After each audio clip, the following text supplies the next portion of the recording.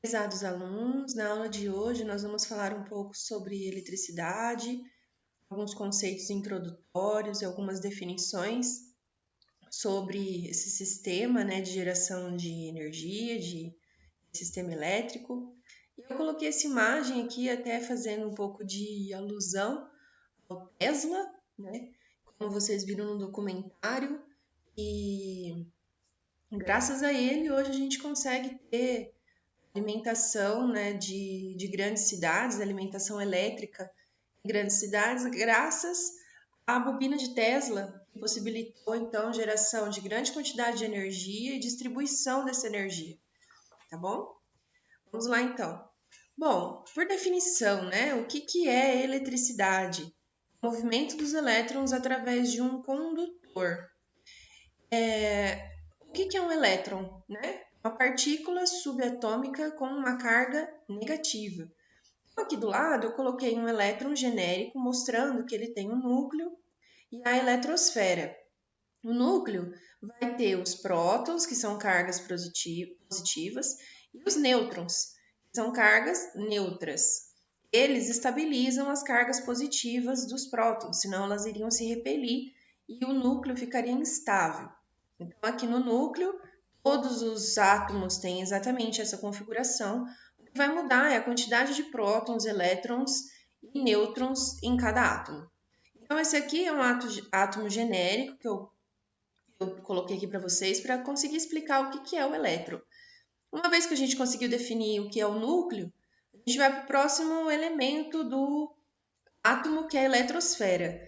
Na eletrosfera, nós temos então os elétrons, que são essas partículas negativas que orbitam ao redor do núcleo.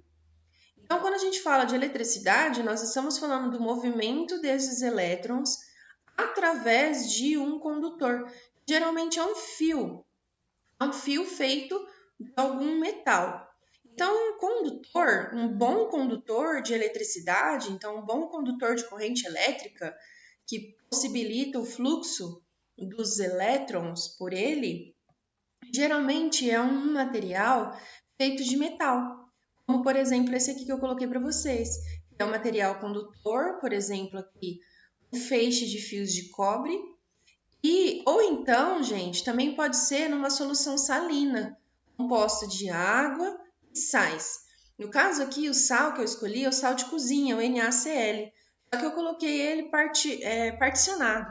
Então, é o Na e o Cl-, dissolvido na água, eles também geram corrente elétrica. O fio condutor, esse material que facilita a corrente elétrica, porque ele permite que os elétrons fluem, fique livre. Por quê? Geralmente esses elétrons se encontram distantes do núcleo.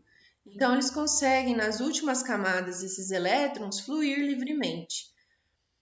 Agora, existem materiais que são isolantes, impedem que ocorra a corrente de elétrons.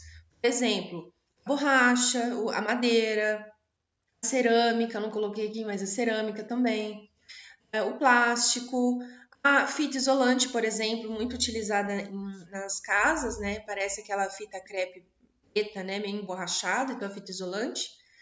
Por que, gente, que acontece de isolar a corrente elétrica nesses materiais? Porque os elétrons estão mais próximos do núcleo, então eles estão bem mais próximos dos prótons e nêutrons. Então eles não têm assim, a força de atração deles é muito grande. Diferente dos condutores, que a força de atração do elétron e do próton são cargas diferentes, são cargas aí com sinais diferentes, eles se atraem. Como eles estão muito distantes um do outro, então essa força de atração é menor, diferente do fio isolante ou do material isolante. Na verdade, os elétrons e os prótons estão mais próximos, por isso eles têm mais força. E existem então materiais que, assim como a gente viu, condutor, isolante, materiais que são semicondutores, porque eles vão ter características intermediárias. Ora, eles vão agir como condutores, ora como isolantes. O que vai definir se ele é um bom condutor ou se ele vai ser um bom isolante? Ele vai receber esse material, vai receber determinada quantidade de energia E aí sim ele vai fazer essa mudança de fase, passando a ser um bom condutor. Nós temos aí, por exemplo, o silício. O silício é o que faz o que hoje nós temos, né, como a alta tecnologia, que são os chips, os nanochips, que compõem os smartphones, por exemplo, iPhone, Motorola, enfim, todos os celulares precisam de um chip. E é a partir, né, o que o silício vai fazer? Todas essas ligações aqui, ó, todos esses circuitos e o chip para conseguir as informações, né? Quantas informações a gente consegue salvar dentro de um chip, de um tablet, de um computador, de um notebook. Então, graças à descoberta dos semicondutores é que hoje a gente tem uma alta tecnologia. E isso vem também, né? Acho que está entre o segundo e o terceiro episódio do documentário que eu passei para vocês. Aí, dentro, né, dos condutores, dos isolantes e dos semicondutores, nós temos o circuito elétrico. É por isso que, por exemplo, a gente tem chuveiro no banheiro, a gente tem luz nos cômodos de casa, porque nós temos um circuito elétrico. E o circuito elétrico, ele que vai gerar a eletricidade, né? Assim, não ele em si, né? Porque a gente precisa de um gerador. Mas os elementos que formam esse circuito elétrico que faz, por exemplo, a gente ter uma lâmpada acesa, tá? Porque com o gerador ocorre um fluxo de elétrons, ó, como está mostrando aqui, esse fluxo de elétrons, essas setinhas verdes. Esse fluxo de elétron ordenado, né? Por isso que a corrente elétrica um fluxo ordenado de elétrons, eles vão passar por todos os elementos do circuito elétrico e vai gerar energia, por exemplo, aqui na lâmpada. Tá? Vamos lá. No caso dos elementos do circuito, nós vamos pegar o fio condutor, como a gente estava falando, precisa de um fio que conduza a eletricidade. E esse fio condutor vai ser metálico. Então, por exemplo, nas nossas casas é o fio de cobre. Aqui a gente tem o polo positivo e o polo negativo. O fluxo de elétrons sempre vai sempre vai ser mostrado essa corrente elétrica saindo do positivo e fazendo todo o circuito e voltando para o negativo. É sempre assim, tá? Isso é uma lei da física, uma regra da física. A representação dos elétrons é sempre do polo saindo do positivo, dando a volta no circuito e voltando para o negativo, ok? O que vai ser essa pilha aqui? É o gerador, é a fonte de energia. Por isso que nós temos pilhas, baterias, capacitores, eu vou falar um pouco deles daqui a pouco. Então, esse aqui vai gerar energia, vai gerar a corrente elétrica para que haja o fluxo, tá? E aí, o que nós temos aqui? Um interruptor. Olha que legal. Um interruptor. Por quê? Porque se você quiser paralisar, bloquear o fluxo de elétrons, você consegue com o interruptor. E aqui nós vamos ter os resistores. Essa lâmpada, uma lâmpada de tungstênio, ela vai ter aqui, ó, um material resistor que vai resistir à passagem de corrente elétrica, vai transformar essa corrente elétrica em calor e o calor em luz. Por isso que a gente tem a lâmpada. Então aqui eu até não coloquei esse elemento, eu falo dele mais para frente, mas aqui, né, eu esqueci de colocar, resistor. A lâmpada funciona como um resistor. E aí, se você observar, nós temos dois tipos de circuito. Um circuito, você vê uma lâmpada, ou seja, um resistor ao lado do outro. A gente vai chamar isso de série circuito em série. Tá? Aqui, um paralelo ao outro. Então, esse circuito vai ser paralelo. Então, o que a gente tem? Gerador, aí o fluxo de elétrons passa por esse interruptor que ele está conectado, então está permitindo passagem. Na hora que chegar nos resistores, né, nas lâmpadas, a corrente elétrica aqui, ela se bifurca. Uma parte vai para um gerador e outra parte vai para o outro gerador. Uma parte vai para uma lâmpada e outra parte dessa corrente elétrica vai para outra. Tá? Por exemplo, se a corrente elétrica aqui é 10 amperes, 5 para um lado, 5 para o outro. Tá bom? Depois ela retorna, ela soma aqui de novo, 5 mais 5, 10 ampere, e volta para cá. Esse aqui é o circuito em paralelo. Aqui, como nós temos o circuito em série, a corrente elétrica que está passando aqui vai ser 10 ampere, então 10 ampere passando aqui, 10 ampere passando aqui. Isso aqui, gente, é o que nós vamos ter nas luzinhas de Natal. Tá? Tanto que se queimar uma, queima um trecho inteiro, porque elas estão ligadas em série. Aqui, gente, nós temos o que acontece nas nossas residências.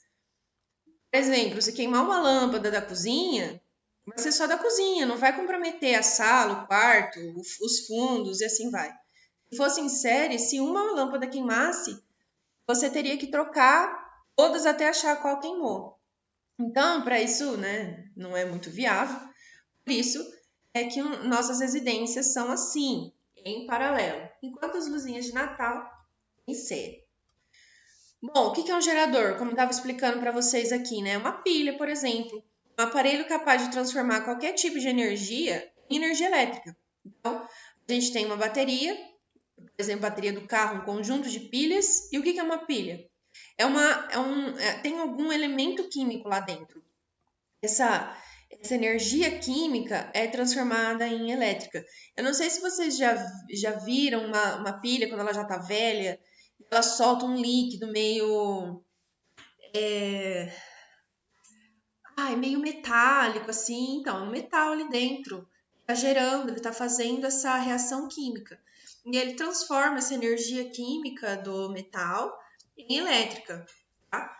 Então, é por isso que recomenda-se que não deixem pilha dentro do controle por muito tempo, se você é máquina fotográfica, porque essa pilha, esse metal pode sair de dentro da pilha e comprometer o equipamento. Então, é sempre bom tirar as pilhas, tá bom?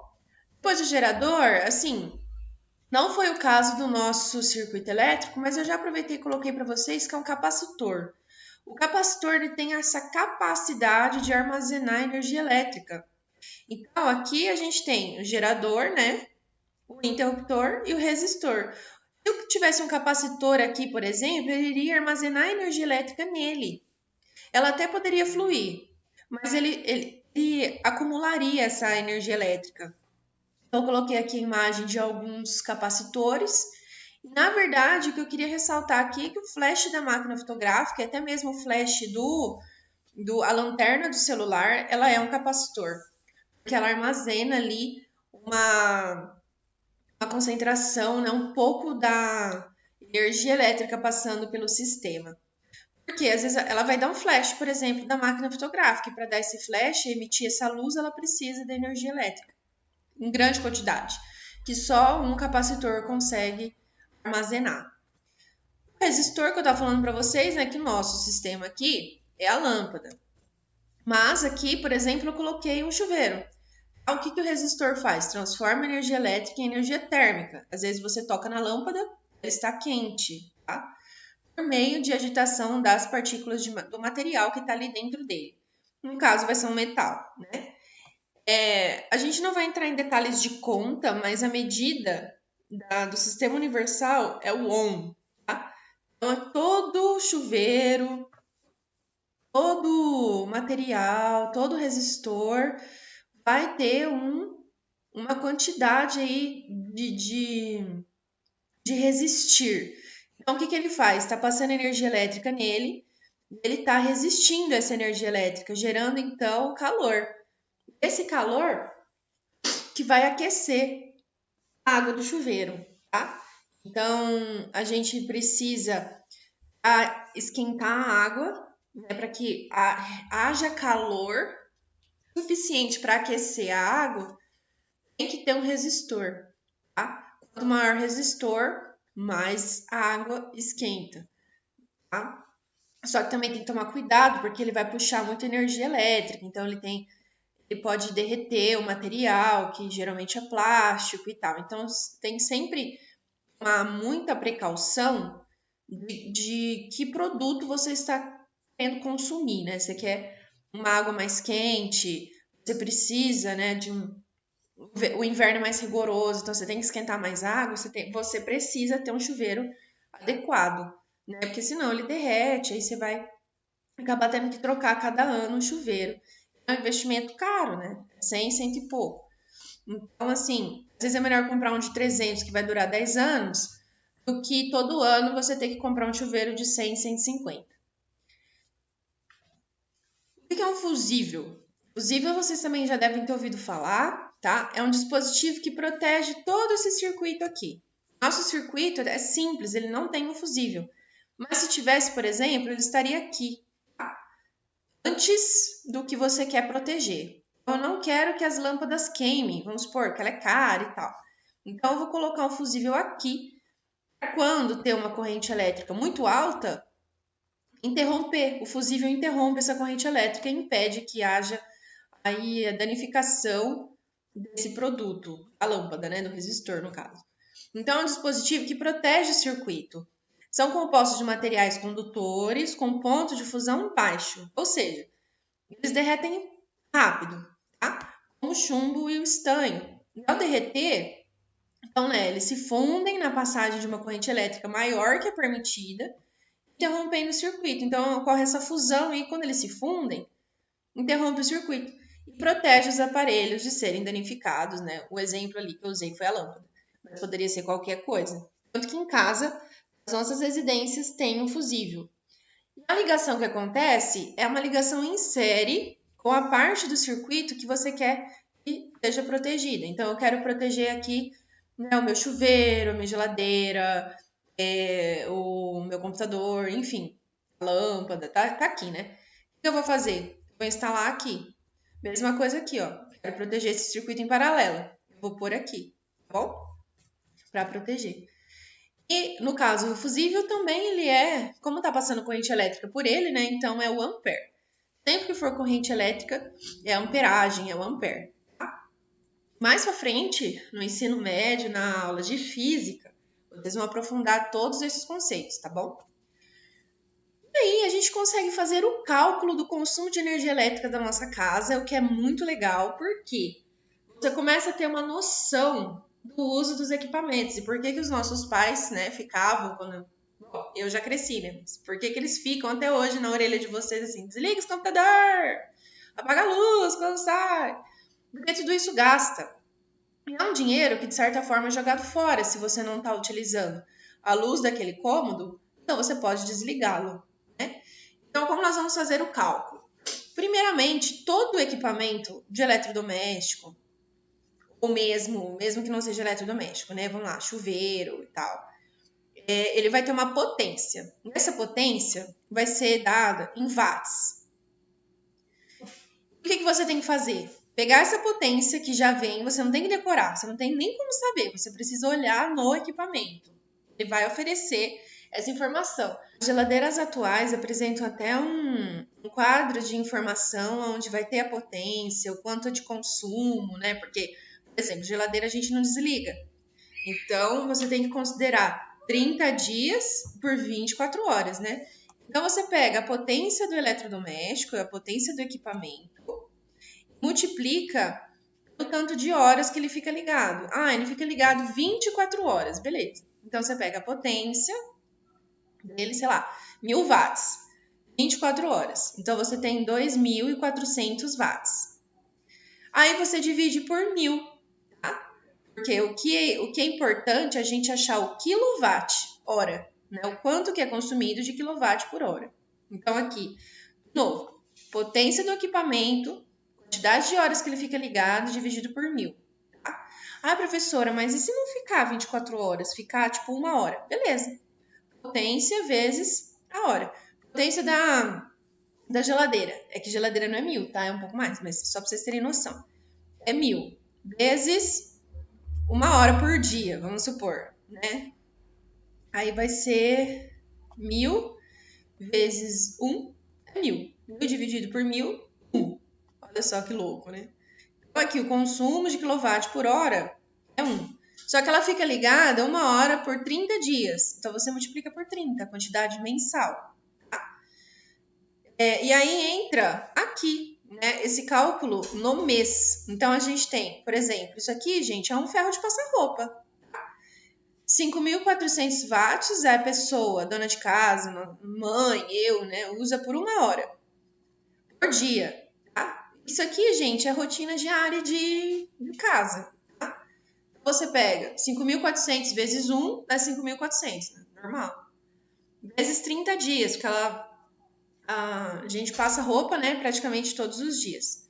Multiplica 5.400 por 1, por 30, divide por 1.000, dá 162 kW por mês. Só o ferro de passar roupa, tá?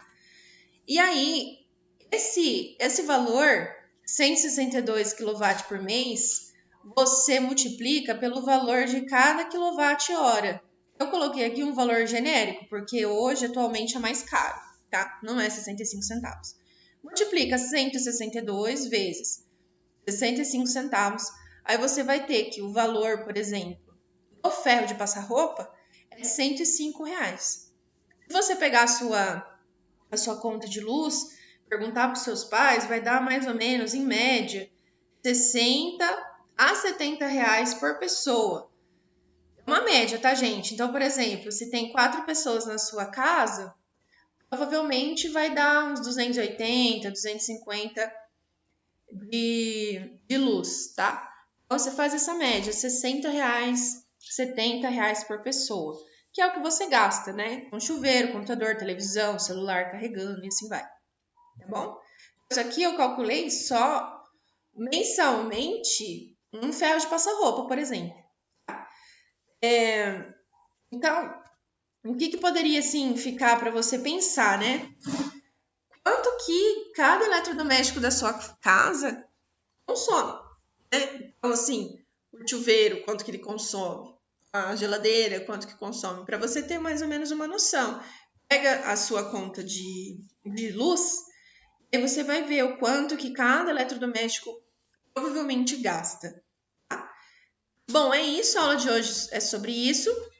Espero que vocês tenham gostado, né? Não se assustem com os cálculos, porque a fórmula é muito tranquila. É só você colocar mesmo as informações fornecidas pelo enunciado.